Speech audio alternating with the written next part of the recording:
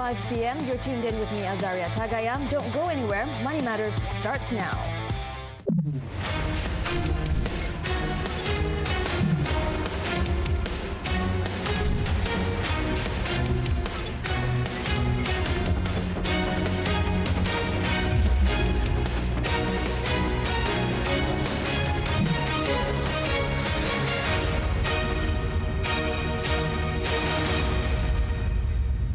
Hello there, thank you for tuning in. Now, as more people shop online due to movement restrictions as a result of the COVID-19 pandemic, many companies are evolving and embracing technological advancements in order to stay relevant, one of which is the emergence of e-commerce. So the question now is, as more consumers move online, how can companies keep up in order to stay ahead of the curve? How profitable is e-commerce, and what effect will this have on malls and retail shops? To discuss this topic, we're joined by Chin Chi Seong, National President, Malaysia Cross-Border E-Commerce Association, MCBEA. Hi, Chin. Thank you for joining us. Hi. How are you? Thank you. Thank you. And we're also joined by Adam Muhammad Rahim, economist from Bank Islam Malaysia Berhad. Hi, Adam. Thank you for joining us. Hi, Azaria. Thanks for inviting me for today's session. Well, hello, gentlemen, and thank you for spending time with us on this show. And we'd like to talk about the topic of e-commerce. Now, first up, I'll start with you, Chin. A recent report by the Statistics Department on e-commerce income shows that it nearly doubled in 3 years. Income actually grew from 896.4 billion ringgit in 2020 compared to 447.8 billion ringgit in 2017.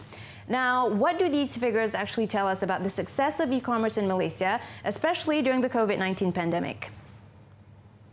Yeah, I mean, if you look at the history of e-commerce, the growth of e-commerce, I mean, what we have the figure clearly indicate to us, this is the time that e-commerce is going to be fostered.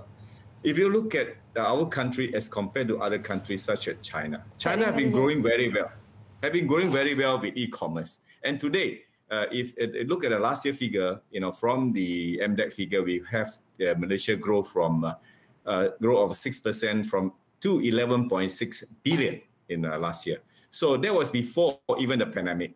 And until now, we believe that the growth will be even more than the 6%. And they have no choice. We have to chase after e-commerce. There's no way we can do other business other than going to e-commerce. Like I say again, the going to digital, going to e-commerce is no more a choice. It is a need. We have to go to e-commerce. And the result, the data proof, this is a good result for us to move into e-commerce. Okay, now we'd like to move to you, Adam. Despite those statistics that we mentioned just now, last year there appeared to be slow progress on the operating environment to adapt to e-commerce and also technology. Now, what is the situation actually like now, and how do you think it can be accelerated? Okay, in my opinion, I believe that the situation for e-commerce has tremendously improved. For example, if we were to look at the online retail sales index published by the Department of Statistics, it shows that the index stood at 165.7 points in March last year and has increased up to 198.7 points in April this year. So that definitely shows that there has been encouraging participation of e-commerce in Malaysia itself. And apart from that, if we were to look at the number of courier parcels handled per capita in Malaysia itself, it stood at 4.9 in the first quarter of this year compared to just 2.2 in the first quarter of last year.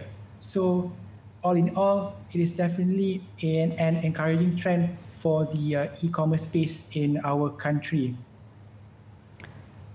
Okay, Chin, we'd like you to find out about companies that are trying to evolve, to adapt to new technologies. Now, are there still many companies that do not evolve and also stay relevant? And what do you think are the reasons for companies that are kind of lacking behind? Is it lack of funds due to the pandemic?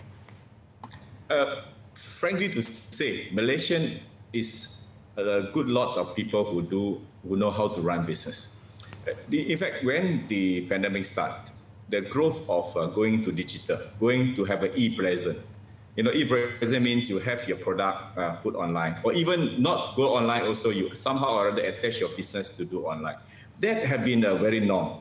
I think Malaysian is a very good business people, especially on the SME side. They really know what to do when come into troubles. When we have facing this issue, many of them have also present themselves they put their product online with the help of the government as well. In fact, you can see that from the various Prihatin, Perkasa, whatever incentive stimulus package that from the government, they are really encouraging the SMEs as well as the businesses to put themselves online, because there's no way you can do without online. Like I say again, it's not a choice, it's a must. You must put yourself in online, because there's the fact that when you have lockdown for 1.5 years, you can't do anything. You still have to take care of your own rice bowl. You still got to live. Your staff got to work. So that's where we see that many of them already moved towards having their store online and doing something over the internet. This is a good sign for Malaysia, in fact. I really thank the government to help, to put out a good package for SMEs and the micro SME to put themselves present online. And that was helped with the many incentives from the government stimulus package. Okay, Chen, you mentioned about taking care of your own income, so to speak. What about moving forward? How can companies actually establish partnerships as a way for them to move forward and to stay relevant with consumers? You see, when you start to do something over the net, very simple. Do you have any product to sell? Right? Malaysia today, since 2002, if I don't mind inform you, since 2002, Malaysia and China is one of the largest trade partners. We are trade deficit. We lose out to China. But do you know that our tidbits, our confectionaries, our biscuit, our coffee, and our durian selling very well into China, right? So what I want Malaysian company to do is not looking at Malaysia e-commerce as it is e-commerce. You can improve your sales, increase your sales in the local market. But if you do not have income from trade overseas, you do not gain business from overseas, our country still be a poor country. So we have to help our businesses, our SME, to look beyond that. Not only increase your sales, right thing on the e-commerce space, but train your staff, make them capable to know how to embark into selling into internet. Internet, you can have e-present. You can have a store in Lazada and Shopee, very easy, without cost. Even government pay money for you to go into it. But how are you going to sell your product compared to others, right? You have to find a unique selling point of your product. So that is what I'm trying to say. Malaysians have to look beyond, not only doing e-commerce or trade within Malaysia, but overseas, outsales our product. Indeed, looking beyond Malaysia's borders and also looking at the global front, so to speak. Right. Well, gentlemen, we are going to go for a short break now, and we'll be back after this. Coming back after the break, we'll be talking about opportunities and success in e-commerce. In the meantime, find us on Twitter and share your thoughts on the discussion. Money Matters will be right back.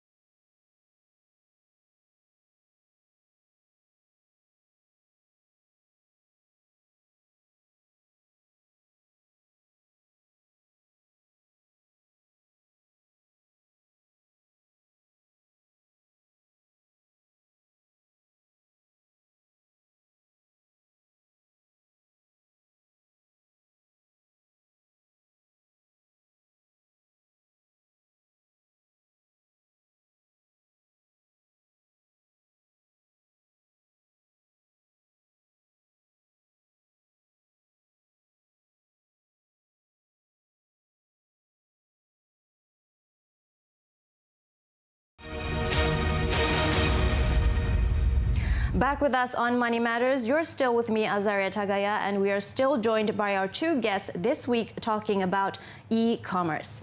Now, we're still joined by Chin Chi Siong, National President, Malaysia Cross-Border E-Commerce Association, and also Adam Muhammad Rahim, economist from Bank Islam Malaysia Berhad. Gentlemen, thank you for staying with us on the show. Now, I'd like to ask you, Adam, last week we actually discussed about SMEs and micro SMEs on Money Matters and about how they're struggling to adapt to e-commerce. Now, what do you think is their outlook, or rather, what outlook do they have in the e-commerce era for this year? Are they actually being left behind? Okay, I would say that Malaysian SMEs are not left behind in terms of e-commerce, because in 2018, it was found that 44% of micro SMEs in Malaysia were found to be using cloud computing for their business. But however, only 80% of this number was actually using cloud computing just for the purpose of storing documents, pictures, and images instead of capturing the important data that might be useful in their business tactics or strategies. So when you talk about the outlook for the SMEs in the e-commerce space, I think the outlook is rather bright because, for example, the government has just launched the Malaysia Digital Economy Blueprint, and under that blueprint, the blueprint itself has an objective to upskill around 30,000 data professionals by the end of 2025. And aside from that, they also have a goal to enable around 875,000 SMEs to be on board e-commerce platforms by the end of 2025. So with that, I believe the outlook for Malaysian SMEs and micro SMEs are quite bright in terms of how the e-commerce space will look like in the future. Right. Now, in Malaysia, well, actually, there are a few types of e-commerce when we're talking about e-commerce. There's business to business, business to consumer, and also consumer to consumer, which we're seeing a lot more of now. Now, Chin, in Malaysia, what is the outstanding type of e-commerce that we're seeing? My take is that if you want to go online, even go towards two channels, don't sell the same product in two channels. You have product A, the 3-in-1 probably you sell through the traditional channel. The 2-in-1 you sell through online. Or those not sellable product, not the new product you want to promote, you sell through online. The other one you sell through B2B. So if you ask me, the best, of course, the best is you can sell both, right? And if for your profit, what you're going to take from what you sell, definitely B2C is the take that you go for. You know, that is where you can make money. I see, indeed. Now, Adam, could you share with us how profitable is e-commerce? How do e-commerce websites actually make money? And what type of products do you see have the highest profit margin? All right, just to shed some light on how profitable are e-commerce platforms. Take, for example, Shopee. So in 2020, Shopee itself recorded an 102% year-on-year increase in its gross merchandise value, which is very outstanding.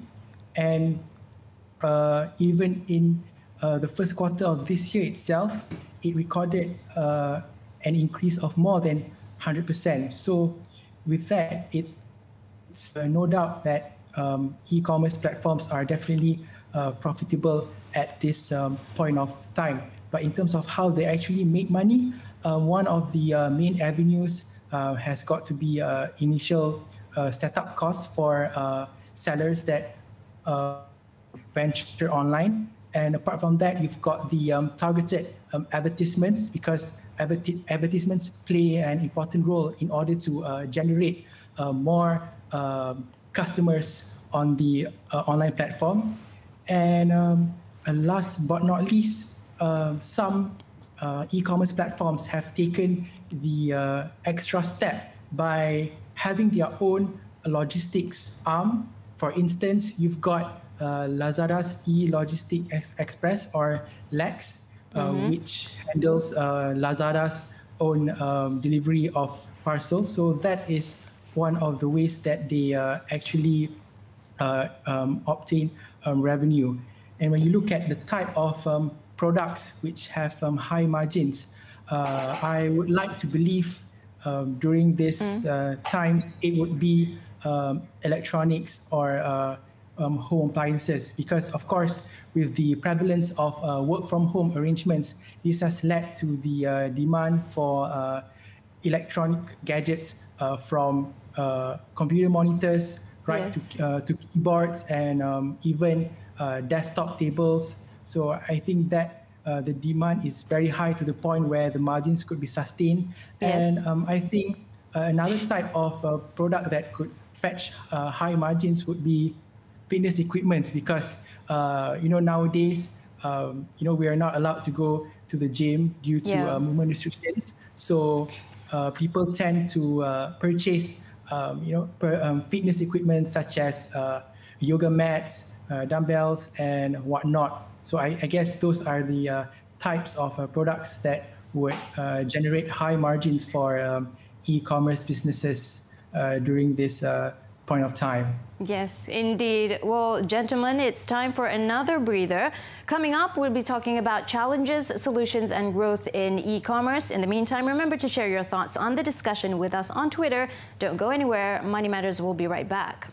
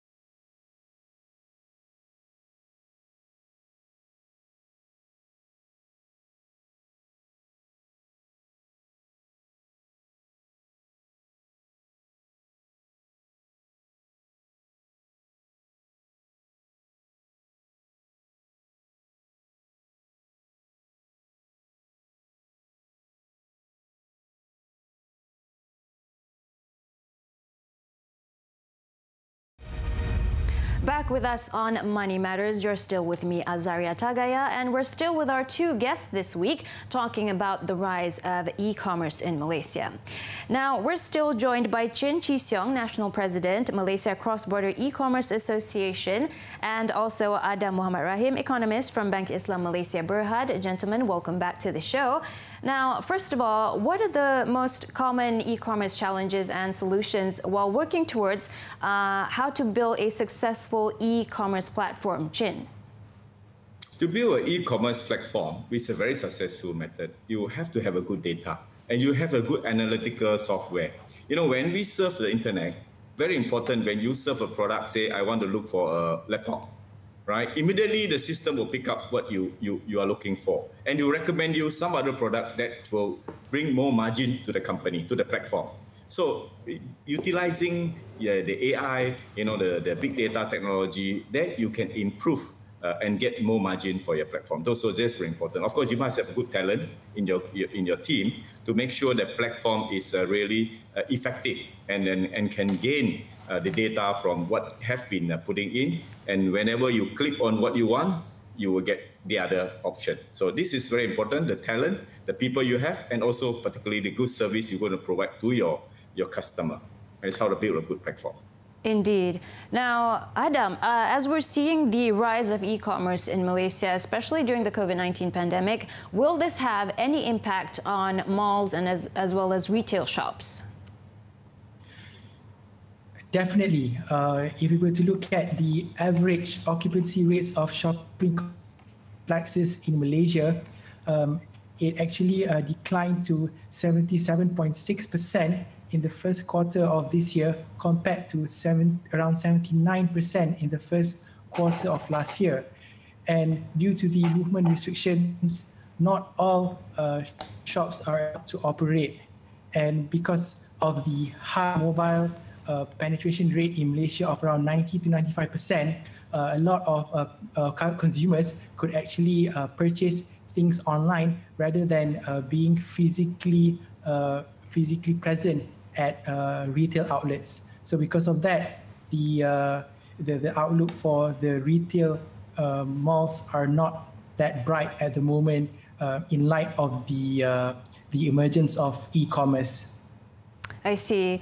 Now, in line with global technological advancements, Chin, what steps can companies actually take to shift towards the digital path? And also in terms of regional competition, where does Malaysia stand at the moment?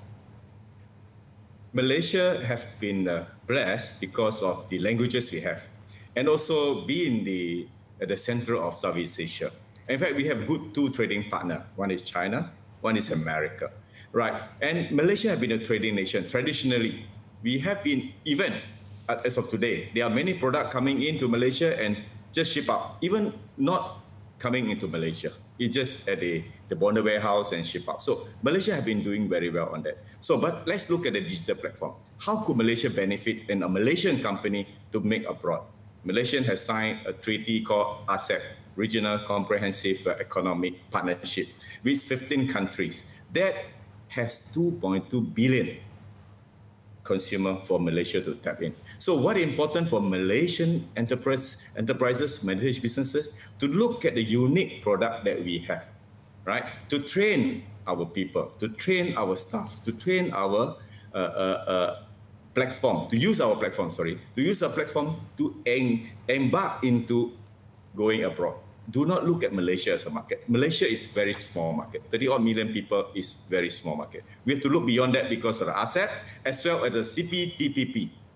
The other trade partnership we have with America, with Canada, with another. So with these two trade partnership, we almost cover the whole world. So we have the big market to cover. So what my take to the Malaysian businesses and enterprises, look beyond Malaysia. Just don't look at Malaysia market as it is. Find a unique selling point for your product. Find a unique selling point that not only for Malaysian, but look at other countries, what they need, not only what we need.